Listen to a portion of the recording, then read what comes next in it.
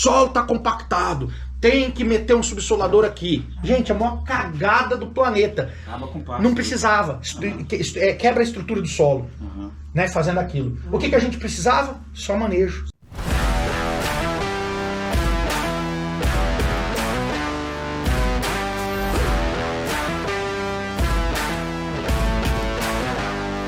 Chegou na hora de tirar o gado. A altura da vaqueira é 20 centímetros. E eu falo assim, não, eu vou deixar baixar mais, que é o que todo mundo faz nas fazendas por aí. Vamos rapar o prato. Quando eu abaixo demais, a força de rebrota das plantas, elas estão em dois lugares. Um é o lugar que a gente que estuda a planta chama gema apical, né? Na verdade é o que? O botão, é onde sai o broto. O nozinho ali, naquele nozinho que sai o broto, a gente tem que tentar preservar ele. Se eu fizer o animal comer aquele negócio, ele tem que criar um novo nozinho para fazer um novo botão, para sair uma nova folha.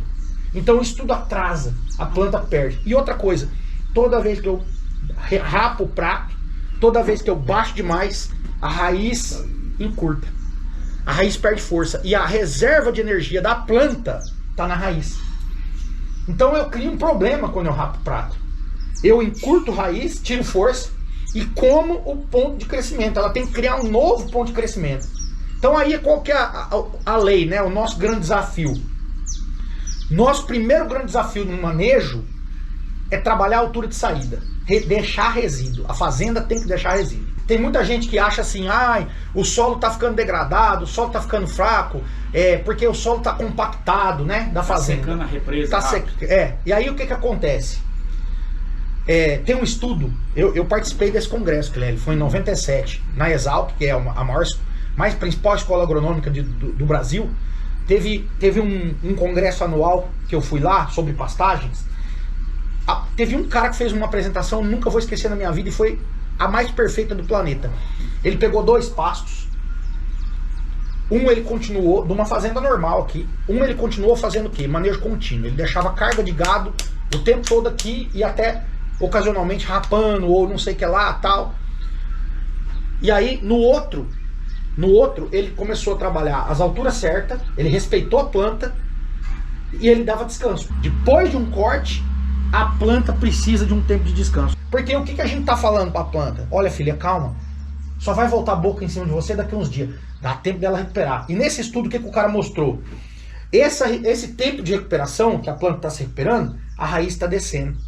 A raiz descompacta o solo.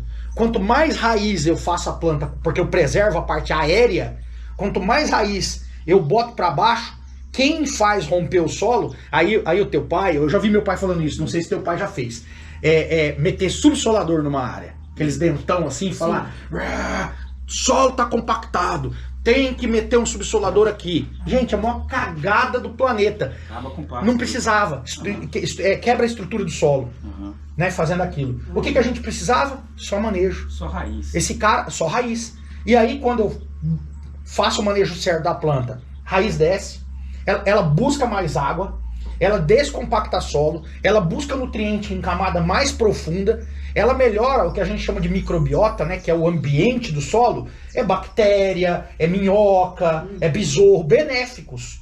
Quanto mais a estrutura do solo tá aerada pela raiz e tem troca, né, mais fértil a gente torna o solo. Se eu erro o manejo das fazendas e trabalho pasto mais rapado, raiz vai estar mais curta, existe sim compactação. Mas aí vocês podiam falar assim, nossa, então aquele colonhão que está lá dessa altura tem muita raiz, então aquilo é uma maravilha. Aí já começou a ter um outro problema.